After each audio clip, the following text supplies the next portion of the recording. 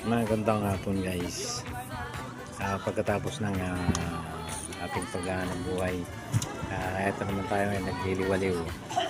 Nandito tayo ngayon sa Tukib Lake ng Tiaong, Quezon. Ay Tinagong Lake na sinasabi nila. Ayan. Naging pasyalan na nila ito kaya sinubukan natin pumunta rito. Ang kabilang parte nito is yung